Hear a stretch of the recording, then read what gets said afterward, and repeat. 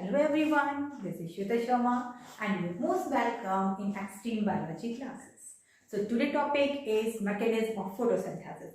Yesterday we have to be studying the site of the photosynthesis. कल हम लोगों ने पढ़ा था site of photosynthesis, जिसमें हम लोगों ने स्ट्रक्चर ऑफ क्लोरोप्लास्ट की स्टडी की थी और देखा था किस तरीके से क्लोरोप्लास्ट फोटोसिंथेसिस की प्रोसेस में पार्टिसिपेशन कर रहा है या अपना इंपॉर्टेंट रोल प्ले कर रहा है. So let's see the complete view of the mechanism of photosynthesis.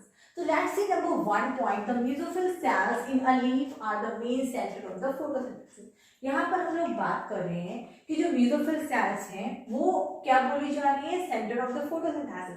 Actual में लीफ क्या करती है, शो करती है एडेप्टेशन प्रोसेस, शो करती है मॉडिफिकेशन.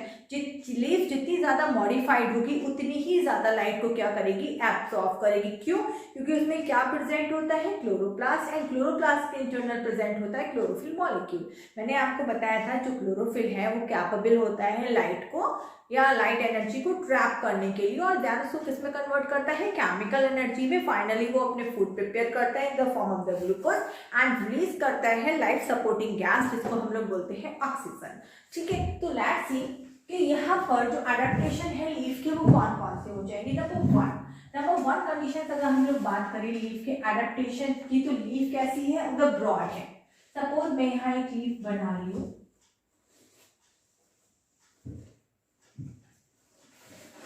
ब्रॉड लीफ, और एक लीफ में यहां बना ली हूं नैरो. तो जो ब्रॉड लीफ है, जो ब्रॉड लीफ है ये क्या कर रही है, सन रेज को, जो सन रेज है वो इस पर ज्यादा पड़ रही है और इस पे सन रेज क्या पड़ रही है, कम पड़ रही है comparative to the broad leaf. तो एक फैक्टर क्या हो जाएगा लीफ के एडेप्टेशंस का कि लीफ अगर ब्रॉडर है तो सनरेज को क्या कर रही है, उस पर ज्यादा पड़ेगा क्योंकि इसका सरफेस एरिया भी क्या हो जाएगा, ज्यादा हो जाएगा. तो यहाँ पे नंबर वन एडेप्टेशन हो जाएगा लीफ का कि लीफ का अरेंजमेंट कैसा होना चाहिए. लीफ ब्रॉडर है या नैरो है, अगर लीफ ब्रॉडर होगी तो सनलाइट क्या पड़ेगी, इस पर ज्यादा पड़ेगी due to the increase of the surface area. यहाँ पे सरफेस एरिया क्या कर रहा है, बढ़ जा रहा है. उसके अलावा अगर हम लोग बात करें तो लीफ में ही प्रेजेंट रहते हैं स्टोमेटा. हम लोग पढ़ते हैं लीफ में स्टोमेटा के लिए. ठीक है, तो स्टोमेटा कहाँ प्रेजेंट हो जाएंगे, इस तरीके से स्टोमेटा लीफ के अंदर प्रेजेंट होते हैं एंड रिस्पॉन्सिबल होते हैं फॉर द गैसियस एक्सचेंज. इसको बोला जाएगा स्टोमेटा. स्टोमा का मीन्स होता है माउथ.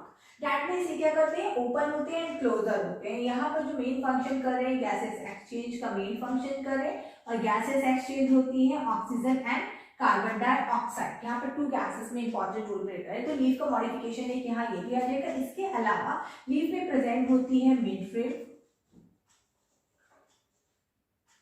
And veins.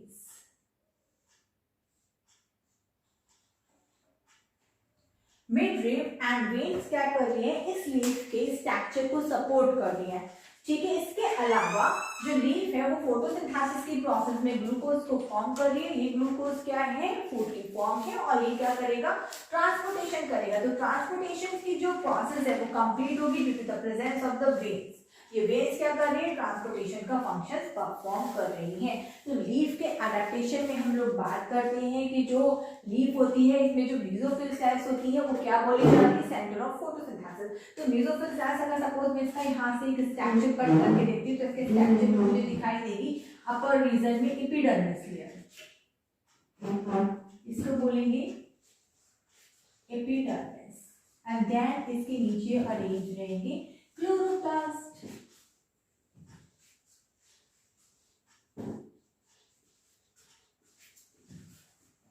क्लोरोप्लास्ट और क्लोरोप्लास्ट में क्या रहते हैं, क्लोरोफिल. मुझे पढ़ा था कि क्लोरोप्लास्ट के अंदर क्या अरेंज रहते हैं, क्लोरोफिल. ये वाला जो रीजन होता है इसको हम लोग बोलते हैं मेसोफिल सेल्स. और इस तरीके की पैलेट सेल्स भी कैसी होती हैं, इसके साथ अरेंज रहती है. कुछ स्पंजी सेल्स पड़ी हुई रहती है, spongy cells and pallet cells. यहाँ पर हो जाएगा इसका वेन का स्ट्रक्चर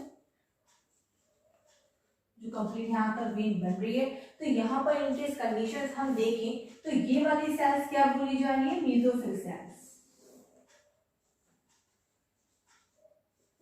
और इन मेसोफिल सेल्स को हम लोग क्या बोल रहे हैं, centre of photosynthesis due to the presence of the chloroplast and chloroplast contain the number of the chlorophyll molecules. Okay, तो इतना हमारा पॉइंट क्लियर हो गया कि जो मेसोफिल सेल्स होती है लीफ में उनको क्या बोला जाता है, centre of photosynthesis. Now let's see the during the daytime chlorophyll trap the solar energy। तो हम लोग बात करते हैं डे टाइम, तो डे टाइम में क्या प्रेजेंट होता है, सन प्रेजेंट होता है और स्टोमेटा यहाँ प्रेजेंट होते हैं। तो स्टोमेटा क्या हो जाते हैं, ओपन हो जाते हैं ड्यूरिंग द डे टाइम। और यहाँ पर ये क्या कर रहे हैं, एक्सचेंज कर रहे हैं गैसेस के लिए। तो यहाँ ये क्या कर रहे हैं, सन की जो रेज है उसको भी क्या कर रहा है, क्लोरोप्लास्ट ट्रैप कर रहा है। और ट्रैप करके जो सोलर एनर्जी होती है, सोलर एनर्जी, इसको हम लोग बोलते हैं सन एनर्जी, इसको कन्वर्ट करता है किसमें, केमिकल एनर्जी में। इसको कन्वर्ट कर रहे हैं किसमें, केमिकल एनर्जी में। तो यहाँ पर हमारे 2 पॉइंट्स कंप्लीट हो गए कि फोटोसिंथेसिस की प्रोसेस के लिए adaptation of leaf very most important है। सेकंड पॉइंट यहाँ हमारा कंप्लीट हो गया कि जो ड्यूरिंग डे टाइम जो क्लोरोफिल मॉलिक्यूल है वो सोलर एनर्जी को ट्रैप कर रहा है और केमिकल एनर्जी में क्या कर रहा है, उसको कन्वर्ट कर रहा है। Now let's see the reaction. जब हम लोग बात करते हैं फोटोसिंथेसिस रिएक्शन की, देन हम लोग यहाँ देखते हैं कि फोटोसिंथेसिस की प्रोसेस में रॉ मटेरियल इन्वॉल्व होते हैं जिनको हम लोग बोलते हैं इनऑर्गेनिक इंग्रेडिएंट्स। ये जो इनऑर्गेनिक इंग्रेडिएंट्स हैं वो किसकी फॉर्म में रहेंगे, कार्बन डाइऑक्साइड की फॉर्म में रहेंगे एंड वाटर मॉलिक्यूल। ये जो कार्बन डाइऑक्साइड है ये जो प्लांट्स होते हैं एटमॉस्फेयर से क्लीन करते हैं। नेक्स्ट कंडीशंस वाटर की देखी तो वाटर क्या हो रही है, रूट के थ्रू एब्जॉर्ब कर लिया जा रहा है एंड देन जाइलम के थ्रू लिप तक पहुंच रहा है। यहाँ पर जो सन रेज पड़ रही है उसको क्लोरोफिल मॉलिक्यूल क्या कर रहा है, ट्रैप कर रहा है और क्या मिलकर बना रहा है, यहाँ पर ग्लूकोज को फॉर्म कर रहा है। एंड यहाँ पे जो वाटर मॉलिक्यूल मैंने प्रेजेंट किया है in the case of the 12H2O, actual में अपने आप को ओरिजिनल फॉर्म में प्रेजेंट नहीं कर रहा। इसके अलावा जो इंपॉर्टेंट है वो हमारे लिए क्या है, ऑक्सीजन। तो यहाँ हम सेकंड पॉइंट इस रिएक्शन के थ्रू देख रहे हैं, importance of photosynthesis. Importance of photosynthesis कि फोटोसिंथेसिस की इंपॉर्टेंस क्या है। नंबर 1, प्रोड्यूस कार्बन डाइऑक्साइड यहाँ पे प्रोड्यूस कर रहा है किसके लिए, ग्लूकोज के लिए। Produce food for all organism, जितने भी ऑर्गेनिज्म है उनके लिए फूड क्या कर रहा है, प्रोड्यूस कर रहा है। इसके अलावा अगर हम लोग बात करें तो ये रिलीज कर रहा है, रिलीज ऑक्सीजन, जो कि क्या है, which is life supporting gas, जो कि क्या है, एक लाइफ सपोर्टिंग गैस है। यानी जितने भी हमारे अर्थ पर लिविंग थिंग्स है स्पेशली वो जो क्या कर रहे हैं, एरोबिक रेस्पिरेशन में पार्टिसिपेशन कर रहे हैं, जिसके थ्रू क्या होता है, जिनमें एरोबिक रेस्पिरेशन प्रेजेंट होता है वो ऑक्सीजन को इनटेक करते हैं अपने ब्रीदिंग प्रोसेस में, अपने रेस्पिरेशन प्रोसेस में। इसीलिए ये ऑक्सीजन को हम लोग क्या बोलते हैं, लाइफ सपोर्टिंग गैस। तो यहाँ जो इंपॉर्टेंस है ऑफ फोटोसिंथेसिस की वो 2 हो जाएगी। नंबर 1, प्रोड्यूस कर रहा है फूड, क्योंकि किसी न किसी बेस में अगर हम लोग बात करें प्लांट तो अपना फूड सेल्फ प्रिपेयर कर रहे हैं, इसलिए इनको हम क्या बोल रहे हैं, ऑटोट्रॉफ। लेकिन जब हम लोग बात करते हैं हेटेरोट्रॉफ्स की, तो हेटेरोट्रॉफ्स डायरेक्टली या इनडायरेक्टली प्लांट्स के ऊपर डिपेंडेंट रहते हैं अपने फूड के लिए। Okay, so now let's see the steps of the photosynthesis की। फोटोसिंथेसिस की स्टेप्स कौन कौन सी हो जाएंगी, हम लोगों ने इसकी इंपॉर्टेंस देखी। Next is the step of photosynthesis. यहाँ हम लोग बात करेंगे 2 स्टेप्स की।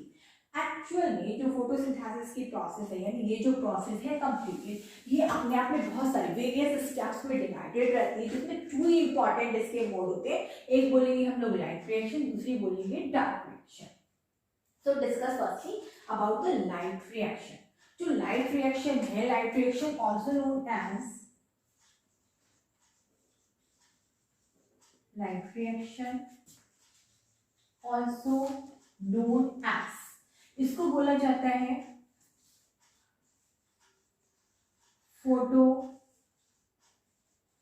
केमिकल रिएक्शन,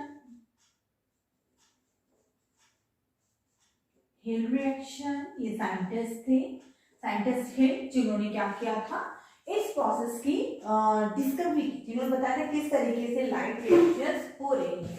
नेक्स्ट कंडीशन अगर हम लोग बात करेंगे, नंबर 1 इज फोटोकेमिकल, क्योंकि लाइट की प्रेजेंस में क्या कर रहा है, अपने फूड को प्रिपेयर कर रहा है, इसको फोटोकेमिकल रिएक्शन बोला जा रहा है। लाइट रिएक्शन इसलिए बोला जा रहा है because the light is essential in this process. Hill reaction इसलिए बोला जा रहा है, ये साइंटिस्ट का यहाँ पर क्या हो जाएगा, नेम हो जाएगा, इसलिए इसको हम लोग हिल रिएक्शन बोलते हैं। Next is a light dependent,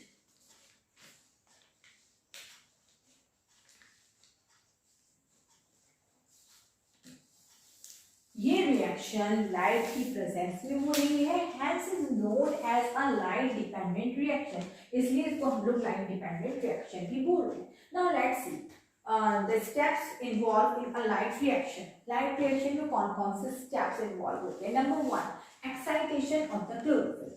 यहाँ हम लोग बात करते हैं कि क्लोरोफिल मॉलिक्यूल क्या हो रहा है, एक्साइट हो रहा है। कैसे हो रहा है, देखिए यहाँ पे मैंने स्ट्रक्चर बनाया है क्लोरोप्लास्ट का। ओके, तो क्लोरोप्लास्ट क्या था, डबल मेम्ब्रेन था। क्लोरोप्लास्ट का सिंपल स्ट्रक्चर में यहाँ फॉर्म कर रही हूँ, ये क्या हो जाएगा, double membrane, it is the outer membrane,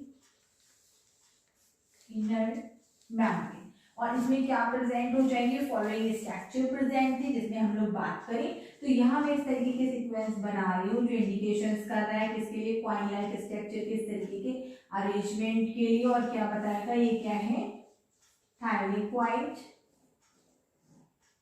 ये जो थाइलिक्वाइड है ये किसका स्ट्रक्चर है, पाइल्स ऑफ ग्रेनाइट, और यहाँ पर क्या हो रही है, लाइट रिएक्शन। इसके अलावा इसमें मैट्रिक्स प्रेजेंट रहता है, जिस मैट्रिक्स को हम लोग क्या बोलते हैं, stroma, and stroma is responsible for the dark reaction. Okay, तो ये कॉन्सेप्ट हमारे यहाँ क्लियर होना चाहिए। Again I have to be draw here the structure of the chloroplast. यहाँ मैंने फिर से एक बार स्ट्रक्चर आपको रिमाइंड कराया कि क्लोरोप्लास्ट का स्ट्रक्चर क्या होता है, एक्चुअल में डबल मेम्ब्रेन है, एक आउटर मेम्ब्रेन, इनर मेम्ब्रेन, और इसके अंदर जो हमें स्ट्रक्चर दिखाई दे रहा है जो पाइल अप होके लगे हुए हैं, जिसको हम लोग क्या बोल रहे हैं, थाइलिक्वाइड, इसी को बोलते हैं लाइट रिएक्शन जो कर रहा है, that means the grana. Grana का जो पाइल्स बन रहा है वो लाइट रिएक्शन में इन्वॉल्व है। इसके अलावा जो इसका मैट्रिक्स है उसको स्ट्रोमा बोला जाता है, जो कि डार्क रिएक्शन में पार्टिसिपेशन करता है। अभी हम लोग यहाँ बात कर रहे हैं लाइट रिएक्शन की, तो लाइट रिएक्शन का जो फर्स्ट स्टेप है वो हो जाएगा excitation of the chlorophyll. Chlorophyll कैसे एक्साइट हो रहा है, इस कंडीशन में अगर हम लोग बात करें तो जो क्लोरोफिल होता है वो इस तरीके से होते हैं, जो क्लोरोफिल मॉलिक्यूल होगा वो इस तरीके से अरेंज हो जाते हैं, जिसमें हम लोग पढ़ते हैं फोटो सिस्टम 1 और फोटो सिस्टम 2। तो ये सभी क्या है, क्लोरोफिल मॉलिक्यूल।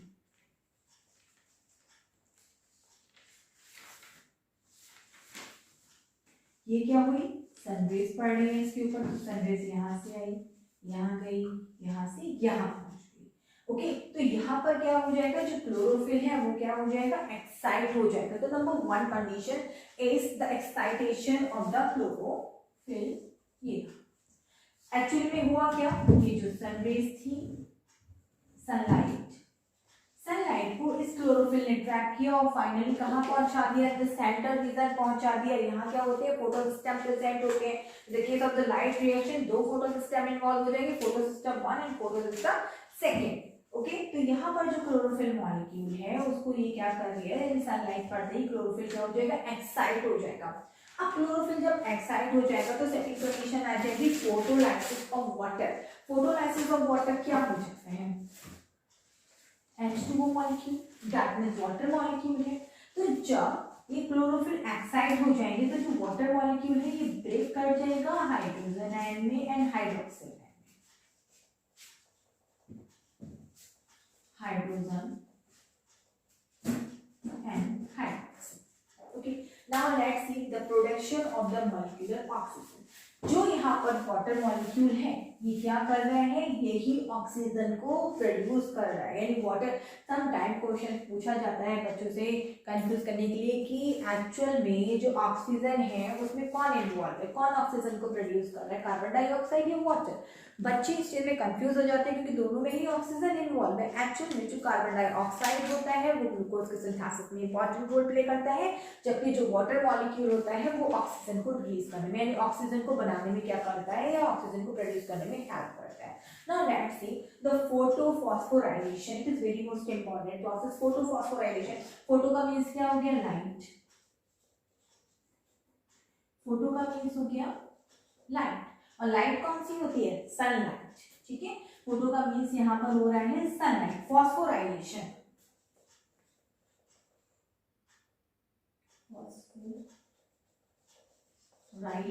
फॉस्फोराइलेशन एक्चुअल में होता है, फॉस्फोराइलेशन वो प्रोसेस है जिसमें एडीपी यानी एडिनोसिन डाइफॉस्फेट एक फॉस्फेट के साथ में अटैच होता है और बना लेता है एडिनोसिन ट्राइफॉस्फेट। ओके, एक्चुअल में इसके सिंथेसिस जो है एडिनोसिन ट्राइफॉस्फेट, ये क्या है, एनर्जी प्रोडक्शन के लिए रिस्पॉन्सिबल होता है। इसको बोलते हैं करेंसी ऑफ एनर्जी। एनर्जी क्या है, करेंसी। तो यहाँ पर एटीपी बन रहा है, यानी एडिनोसिन डाइफॉस्फेट में एक फॉस्फेट जब ऐड हो रहा है, it is a inorganic phosphate. तो यहाँ हम इसको बोल सकते हैं जो इनऑर्गेनिक फॉस्फेट है वो इसके साथ में अटैच हो रहा है और यहाँ पे क्या बन रहे हैं, एटीपी बन रहा है, यानी एडिनोसिन ट्राइफॉस्फेट बनेगा। In the presence of the sunlight has this process is called the photophosphorylation. Now let's see the production of the reducing agent. अब इस प्रोसेस में प्रोडक्शन हो रहा है रिड्यूसिंग एजेंट, और वो रिड्यूसिंग एजेंट हो जाएगा NAD,